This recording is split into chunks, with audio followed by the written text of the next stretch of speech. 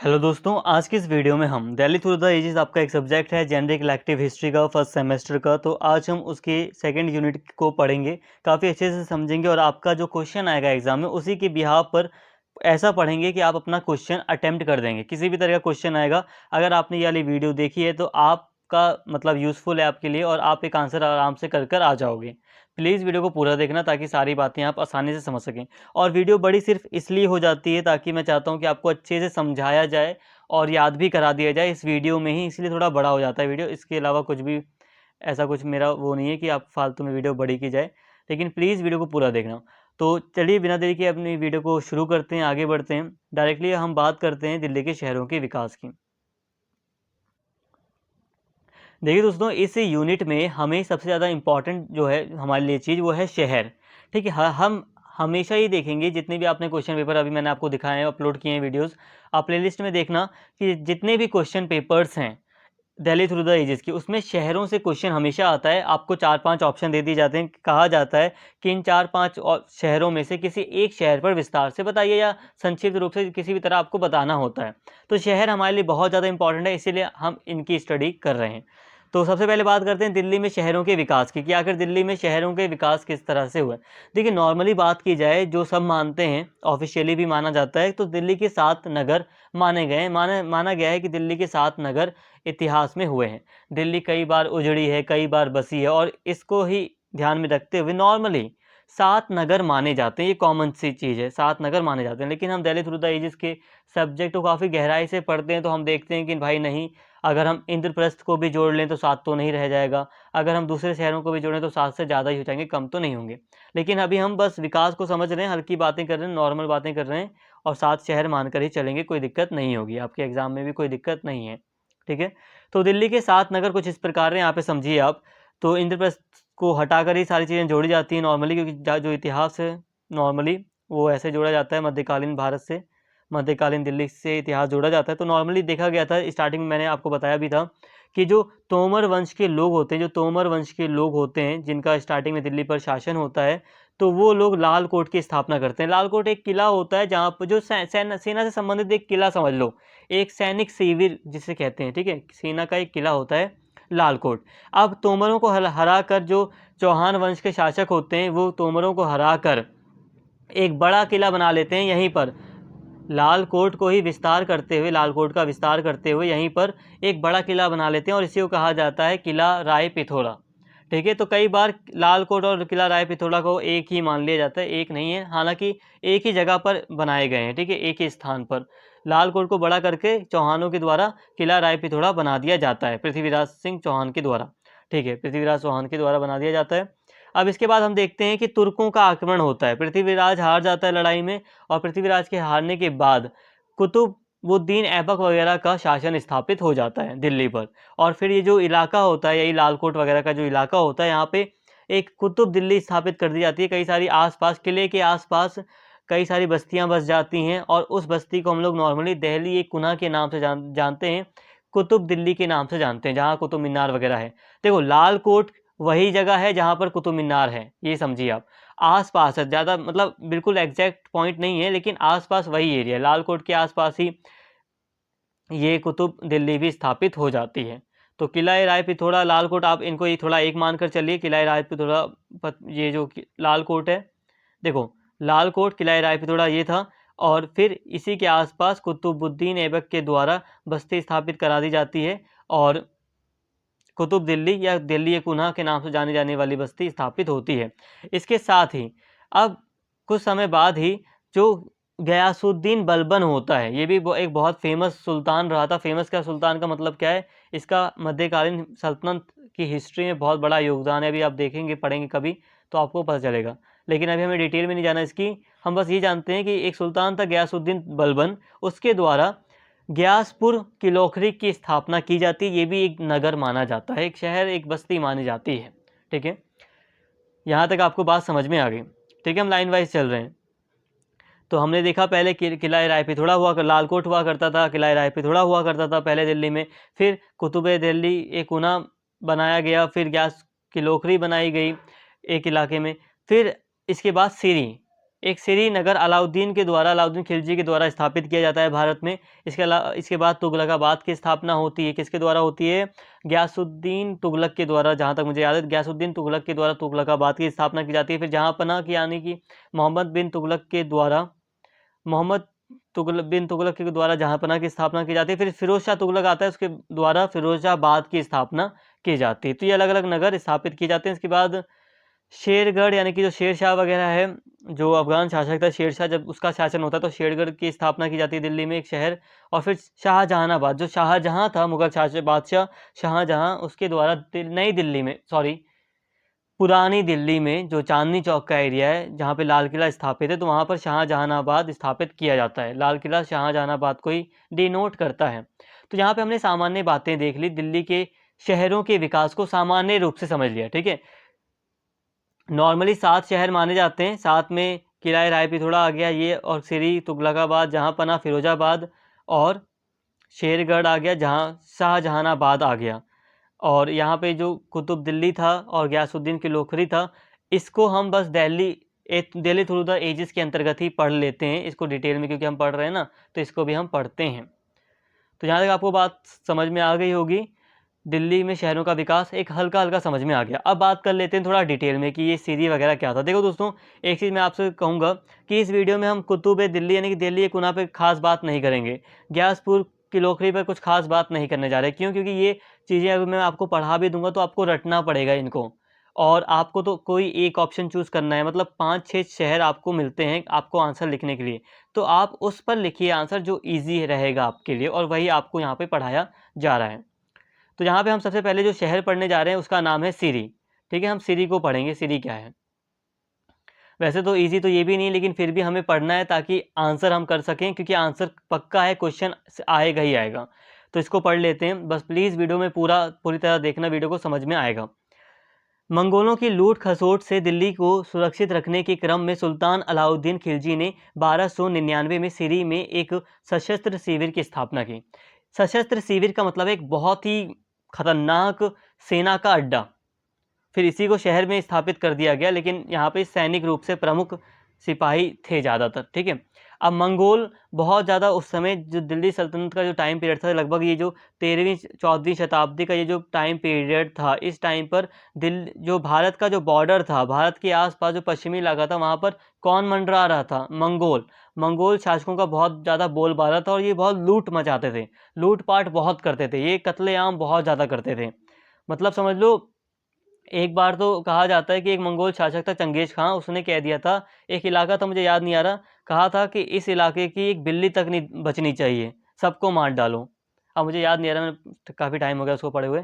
तो कि इतने खतरनाक लोग थे ये लोग। तो बहुत ज़्यादा मध्य एशिया में इन्होंने लूट वगैरह मचा रखी थी, और भारत के प्रति भी इनका आकर्षण था।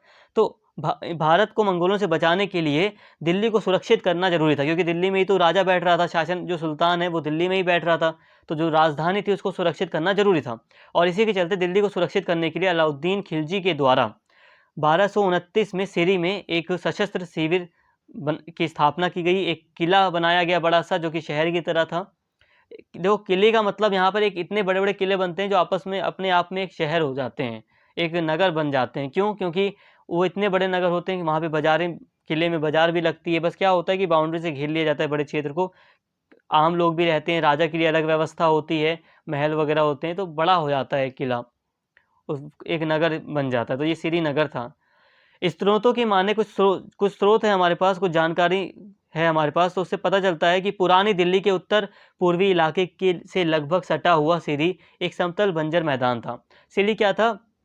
सिरी क्या था? ये उत्तर पूर्वी जो इलाका था, उत्तर पूर्वी का मतलब होता है, देखो ये हो गया आपका उत्तर और ये हो गया आपका पूर्वी। आप देखिए 4 दिशाएं बनाएंगे, तो ये आपकी दक्षिण हुई, ये उत्तर हुआ, ये पूरब हुआ, ये आपका पश्चिम हुआ। तो उत्तर पूर्वी का मतलब है कि उत्तर पूर्वी, आप यहाँ पे जाइए, ये जो इलाका है उत्तर पूर्वी, ऊंचाई पे भी जाइए, ऊंचा मतलब उत्तर में भी जाइए और पूरब में जाइए। तो उत्तर पूरब में एक मैदानी इलाका, पुरानी दिल्ली से सटा हुआ उत्तर पूरब में एक मैदानी बंजर इलाका था। चाहो तो आप इस चीज़ को रट सकते हो, तो रट भी लो। अगर आपको याद नहीं हो रहा, समझ नहीं आ रहा, रट भी लो, कोई दिक्कत नहीं है, क्योंकि आपको एक आंसर करना है और आएगा, पक्का है क्वेश्चन। सोचने की बात यह है कि इस प्रकार के महत्वपूर्ण सैनिक शिविर की अवस्थिति के बारे में स्थानीय स्मृतियां लुप्त कैसे हो गई। देखिए, अगर हम बात करें कि ये सिरी वाक्य में हकीकत में कहाँ पर स्थित है, तो इसको लेकर थोड़ा डाउट है, अभी कंफर्म नहीं है पूरी तरह 100%। तो थोड़ा-सा ये भी है सोचने की बात कि यार इतना बड़ा ये शहर था, इतना बड़ा एक सैनिक शिविर था जिसमें सैनिक बहुत ज़्यादा थे, प्रमुख सैनिक अड्डा भी था ये, तो इसके बारे में लोग कैसे भूल कैसे गए इसकी पोजीशन के बारे में कि ये कहाँ पर था। और जो यद्यपि अगर हम देखें तो जो कनिंघम थे, कनिंघम अलेक्जेंडर कनिंघम जब भारत में अंग्रेज़ों का शासन था, तो ये पुरातत्व विभाग के प्रमुख महासचिव थे, ठीक है, प्रमुख थे।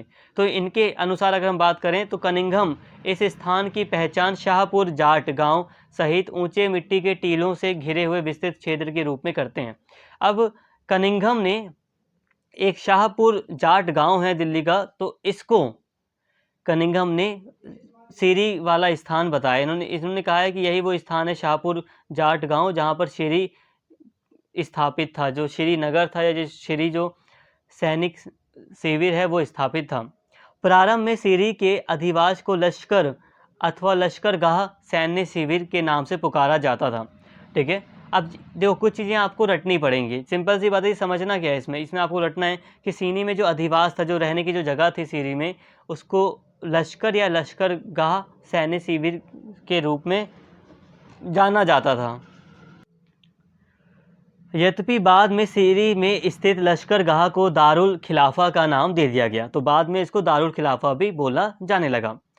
इतिहासकार यजदी अपने ग्रंथ जफरनामा में सिरी की अवस्थिति को जहां पनाह के उत्तर पश्चिम में वर्णित करता है। देखो, अब जबकि कुतुब दिल्ली अथवा दहली एक कुआं इसके दक्षिण पश्चिम में अवस्थित था। देखो, एक इतिहासकार हैं यजदी, जिन्होंने अपने ग्रंथ जफरनामा में कहा है कि ये जो सिरी है ना, वो जहां पना एक बाद में नगर स्थापित किया जाता है दिल्ली में, तो जहां पना के पश्चिम में, उत्तर पश्चिम में स्थित था। इसके अलावा जो कुतुब दिल्ली एक उन्हा था, जो शहर था, नगर था, वो इसके सिरी के दक्षिण पश्चिम में अवस्थित था। तो ऐसे ही जगह इसके लोकेशन को बताने का प्रयास करते हैं।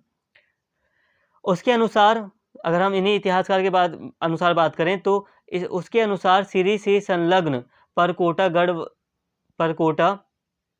लगभग वृत्ताकार था। तैमूर भी अपने विवरण में लिखता है कि सिरी एक गोल शहर है, इसके भवन बहुत ऊंचे हैं, वे ईंटों और पत्थरों से बने बहुत मजबूत परकोटे से घिरे हुए हैं। अतहर अली टिप्पणी करते हैं कि यह तथ्य अपनी व्याप्ति में सामान्यतः सही है, क्योंकि दिल्ली के अन्य अधिवासियों की तुलना में यह आयताकार नहीं था। देखो दोस्तों, आयताकार वृत्ताकार मतलब है कि आयताकार मतलब है रेक्टेंगल की शेप का, वृत्ताकार मतलब है गोल। तो ये पहले परकोटा समझाता हूँ, परकोटा क्या होता है। देखो, आपने चीन की दीवार सुनी है? चीन की दीवार कैसी है? देखो, चीन की दीवार क्या है, चीन को घेरने के लिए, चीन का जो साम्राज्य था उसको घेरने के लिए एक दीवार बनाई गई थी, चीन की दीवार जिसे हम कहते हैं, ठीक है। एग्जाम्पल दे रहा हूँ आपको बस एक। अब चीन की दीवार पता है आपको इतनी मोटी है कि उसके ऊपर व्यक्ति चल भी सकता है, व्यक्ति टहल भी सकता है, और आज हम टूरिस्टों को जाते हुए देखते हैं, वो टूरिस्ट जो है वो दीवार पर बहुत लंबी यात्रा भी करते हैं। मतलब परकोटे का यही है, ठीक है। ये किले को घेरती थी, ये दीवार होती थी, ये जो मान लो बीच में मान लो एक किला है, ठीक है, एक घर है, किला है, ठीक है, इसको घेरने के लिए चारों तरफ से जो दीवारें थी वो परकोटे के रूप में थी। मतलब एक ऐसी दीवारें थी वो जो बहुत ज़्यादा मोटी थी, ठीक है, जिसके ऊपर लोग टहल भी सकते थे, मतलब सैनिक वगैरह टहल भी सकते थे दीवार के ऊपर। आप बात को समझिए, जैसे कि मान लीजिए यहाँ महल है या अधिवास है लोगों के रहने के लिए, जैसे कि मान लो ये महल है और सैनिकों के रहने के लिए घर है, और चारों तरफ से इसको एक दीवार के द्वारा घेरा गया है पूरे किले को, ठीक है, घेर। और ये जो दीवार है इसी के ऊपर चलने के लिए बहुत ज़्यादा जगह भी है, मोटी दीवार है, तो इसी को हम परकोटा कहते हैं। तो जो इतिहासकार वगैरह हैं, यजदी है स्पेशली, और जो दूसरे इतिहासकार हैं, वो मानते हैं कि ये जो सिरी था वो परकोटे से पूरा ढका हुआ था, और ये वृत्ताकार था। इसका जो परकोटा था वो वृत्ताकार था। वृत्ताकार मतलब पूरी तरह गोल, गोल ऐसा होता है, देखो, पूरी तरह गोल, ऐसा गोल था, मतलब गोलाई से इसको घेरा गया था। और दूसरे भी इतिहासकार हैं वो यही कहते हैं कि ये वृत्ताकार था, क्योंकि ये आयताकार नहीं था। इस नगर में निर्मित वास्तुकला पर सल्जुक शैली का प्रभाव था। सल्जुक शैली क्या थी? देखो ये पश्चिमी जो एशिया था, मध्य और पश्चिमी जो एशिया था, वहाँ पे एक राजवंश था सल्जुक, और उसी की कुछ वास्तुकला से संबंधित शैलियाँ थी, उसको अपनाया गया था इस नगर को बनाने के लिए। वास्तुकला का मतलब होता है घर को डिज़ाइन वगैरह करने के लिए जो तरीके होते हैं उसको वास्तुकला कहा जाता है, आर्किटेक्ट कहा जाता है। इस नगर में निर्मित वास्तुकला पर सल्जुक शैली का प्रभाव था, याद कर लीजिए, रट लीजिए। यह शैली पश्चिम एशिया के मंगोलों से जूझ रहे सल्जुकी राजवंश, ठीक है, जो पश्चिम एशिया में एक सल्जुकी राजवंश था, उससे दिल्ली दरबार में शरण लेने वाले लोगों के साथ आई। सल्जुकी राजवंश जब दिल्ली दरबार में इसके जो प्रमुख लोग होते हैं सल्जुकी राजवंश के, जब वो लोग दिल्ली में शरण मांगते हैं राजा के द्वारा, तो उन्हीं के साथ ये शैली भारत में आती है और इसने दिल्ली की वास्तुकला में योगदान दिया। वर्तमान समय में मोटे जलाशयों वाले भाग और जलाशय जिसे हौज खास कहा जाता है, सिरी के किले का प्रतिनिधित्व करते हैं। अब आपने हौज खास का नाम सुना होगा, तो ये जो जगह है या ये जो हौज खास है, ये सिरी के किले का प्रतिनिधित्व करता है। यही माना जाता है कि ये वो स्थान रहा था जहाँ पे सिरी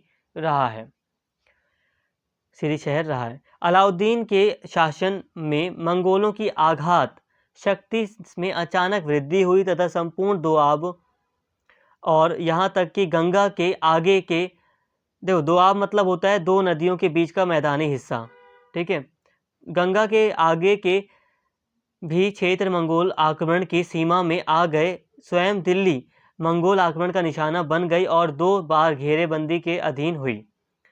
इससे जनसंख्या को सुदृढ़ दीवारों के अंदर रखना आवश्यक हो गया।